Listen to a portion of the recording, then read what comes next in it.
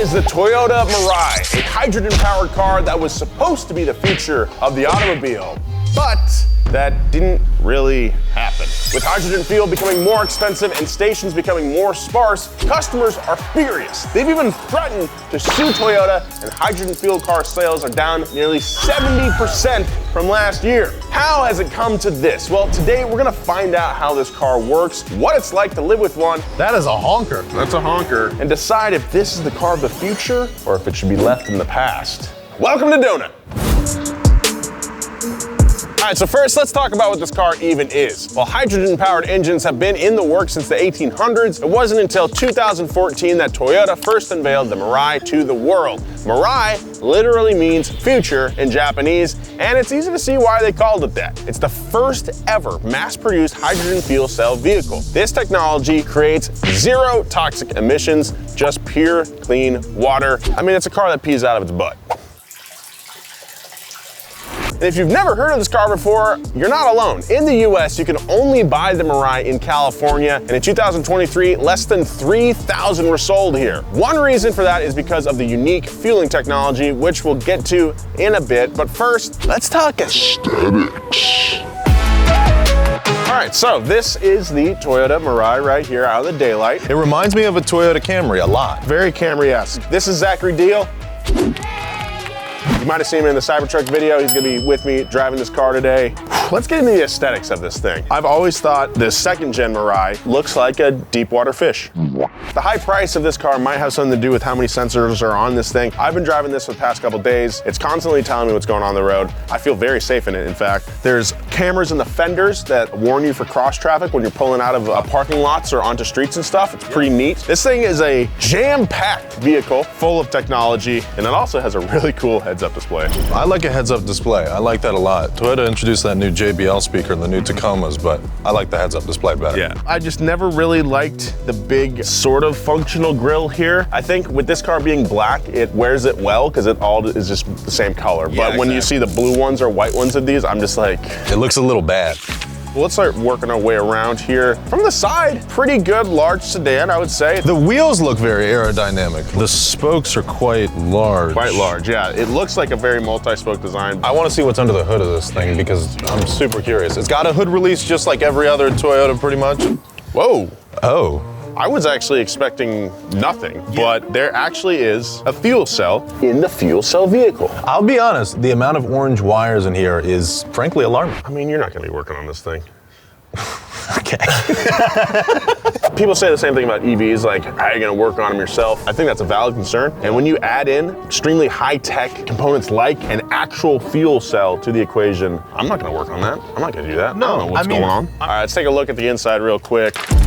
On the inside, not too crazy. It has Apple CarPlay and everything. It does. Pretty standard Toyota fare, I think. It's very comfortable. It's not too crazy in your face. I actually like it too, and I was gonna say, there's not like a ton of buttons in here. Climate control you got down here. Buttons for the volume control, which is kind of weird, honestly. Prius style shifter. If you've driven a Prius before, you know how the shifter works. It's not quite to Lexus levels, I would say, but it's pretty nice. Overall, what do we think? Exterior, keep it or leave it in the past? Leave it in the past. I agree. I think it needs a little restyling. Interior, though, pretty nice. Watching Donut, huh? Well. What do we have here? Whoa, hello. Wait till I show everyone this. Looks like I arrived just in time. Good thing you have today's sponsor, Surfshark. It's the go-to VPN that encrypts your internet data, keeping your sensitive information safe from hackers. So you can look at all the hot cars you want. No judgment here, man. Stream your favorite shows, shop online, and bank securely no matter where you are. With one account, you can protect all your devices simultaneously, all for one price. You can choose from thousands of servers worldwide for super fast speeds and access geo-blocked content. If you want to keep your online browsing and YouTube watching to yourself, secure your privacy with Surfshark. Try it out right now with a risk-free 30-day money-back guarantee. Enter promo code DONUTMedia for an extra 3 months free at surfshark.deals/DonutMedia. That's code DonutMedia to get 3 extra months of protection for free. So how the heck does this thing move around using hydrogen anyway? Well, to answer that question, I've got just the guy for the job. Jerry the Science Dude. Science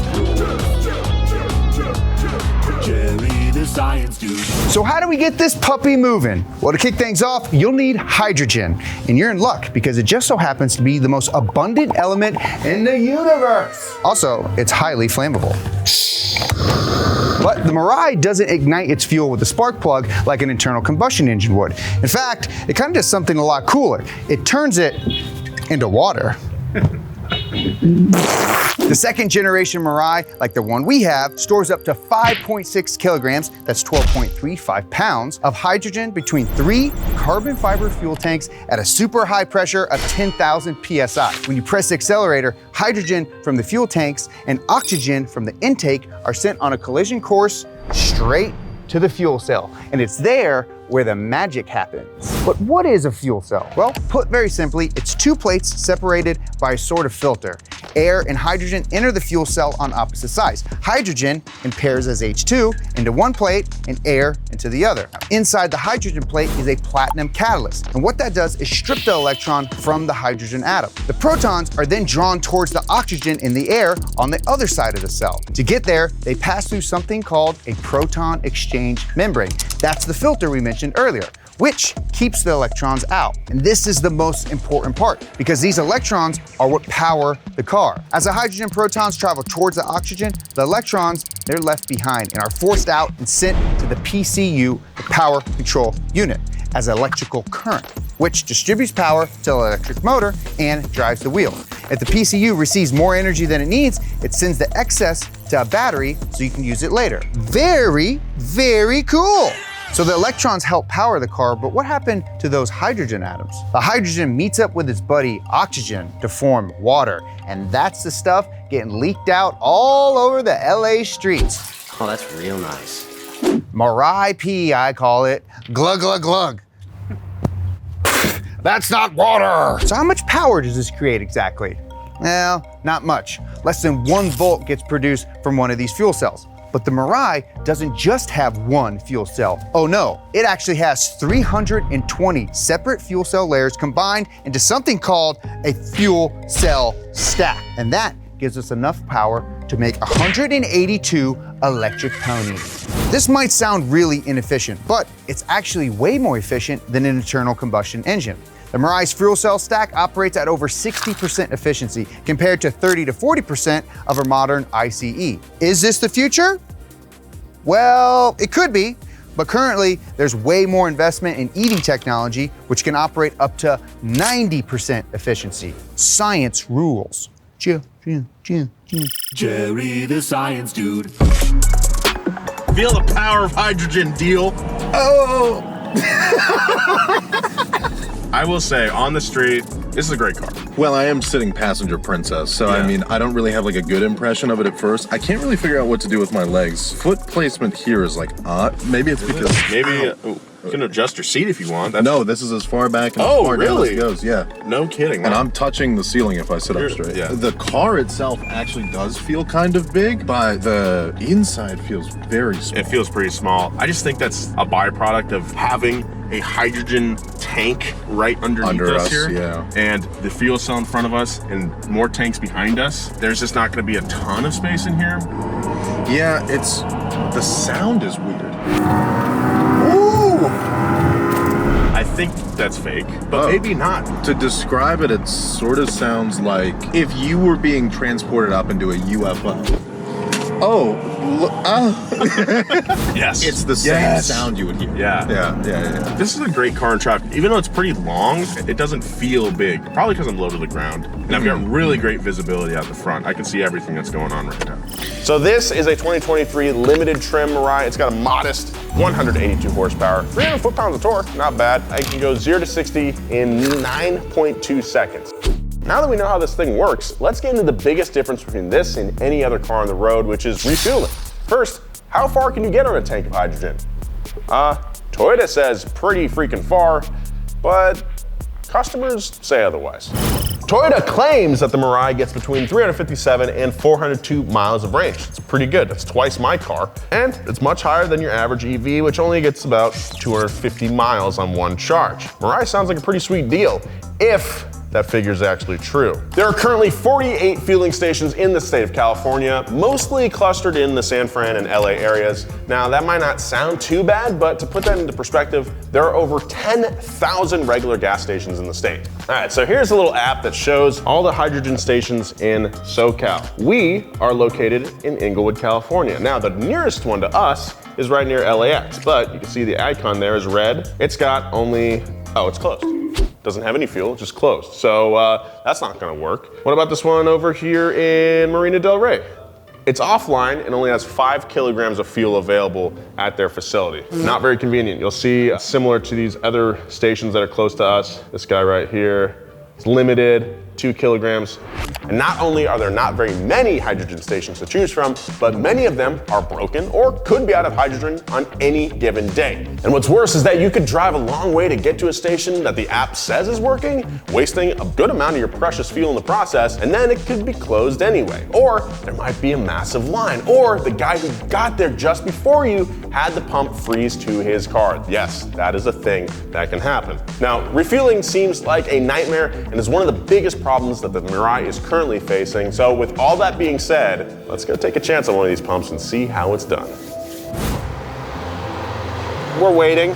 There's only one thing here. That could be seen as a failure, having long wait times here. But dude, when gas stations were first introduced, I'm sure there's only like one in town. You had to wait. Remember how long it took to get a PS5? I mean, it sucks. And I'm sure living with it would also suck, and having to wait sometimes, like in the real world, yeah, that is a major inconvenience. Let's pull in here before someone else takes it.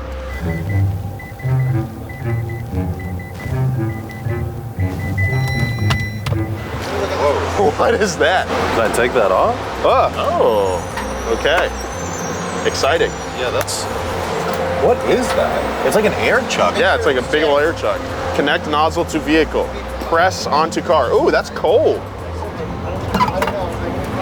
That's a cold. Holy smokes. That is a honker. That's a honker. Press. There we go. Dude, it is like a big old air chuck. That's cool. So, Press H70.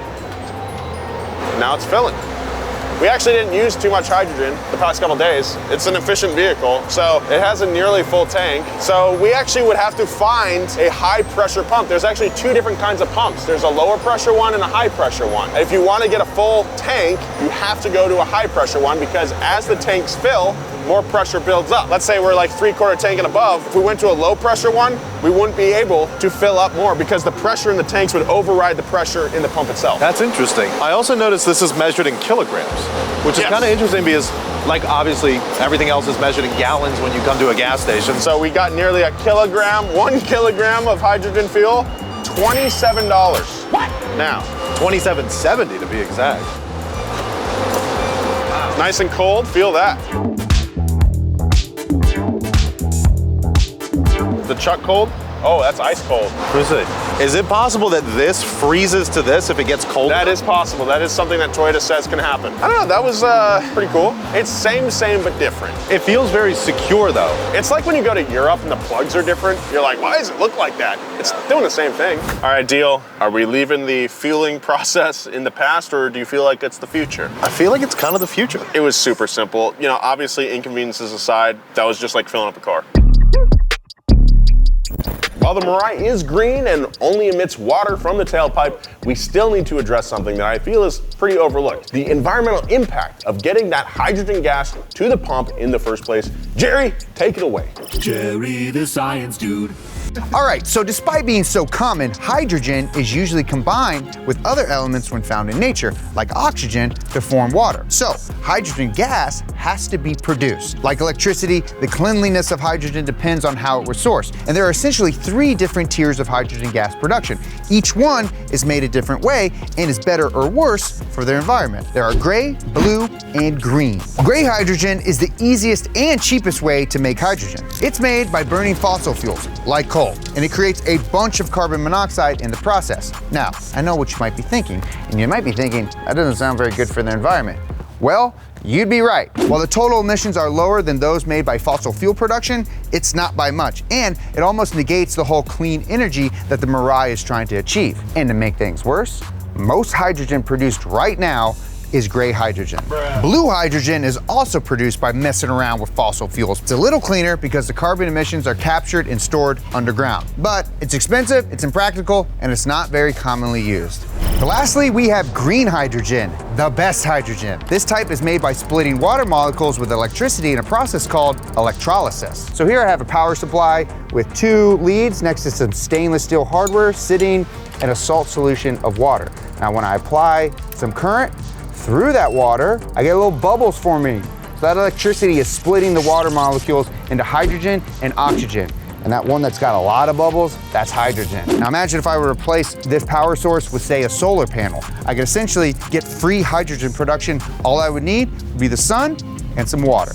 Hooray! The problem is, it's very expensive, but luckily, the cost is coming down, albeit slowly. Now, does Jerry the science guy think hydrogen is the way of the future? Well, I think it could be. You have a lot of sun that's for free, and you got a lot of water that's also for free. If you could get solar panels that are efficient enough, you can make green hydrogen production a really sustainable thing. And if you can get engineers to produce cool engines that can run on hydrogen, you get the best of both worlds. Jerry the science dude. So the last couple days that I've had with the Mirai have been a pretty interesting experience, but you might be wondering, what do people who actually paid money for these cars think? To put it mildly, people aren't happy. Besides difficulties with refueling, consumers are finding that the Mirai doesn't get even close to as good of a range as Toyota advertised. Instead of 400 miles on a tank of hydrogen, many people are claiming to only be getting around 280. This has led many to ask Toyota to buy back their vehicles, and some are even looking to sue Toyota for misleading them. Not a great look for your new futuristic technology. Another problem people have is the price. The Mirai is not a cheap vehicle. The base price is over $51,000, and the higher trim limited edition costs an eye-watering $67,000. For 67 grand, you could get a nice M340i. Now, there's a lot of options out there for the $67,000 mark that, all drawbacks considered with the Mirai, I would probably choose over this car. Hydrogen gas is also very pricey. A full tank of this stuff could cost you around 200 buckaroos. And as we've discussed, the tank will probably not get you as far as a cheaper tank of gasoline. And it's substantially more expensive to run a Mirai than just a pure EV. Not great. One of the reasons the cost is staying so high for these cars is the lack of mass adoption. Toyota has described this as a chicken or the egg scenario. It's a common problem that new technologies face. Consumers aren't buying the Mirai because there are so few fueling stations that they could use. However, no one is making more fueling stations because so few people own these cars. It's a difficult problem, and one that likely won't be solved without major government subsidies and development. Luckily, there's never been a company that takes advantage of government subsidies.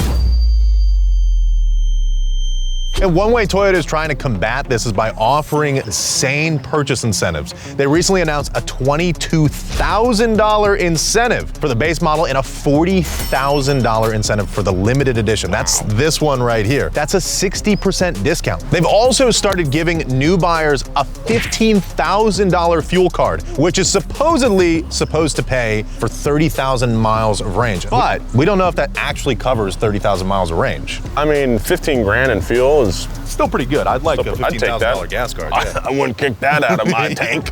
But at the end of the day, the people buying these hydrogen vehicles aren't necessarily trying to find the cheapest car possible. They're trying to be on the cutting edge, to be among the first to adopt what could very well be the next big thing in the automotive industry.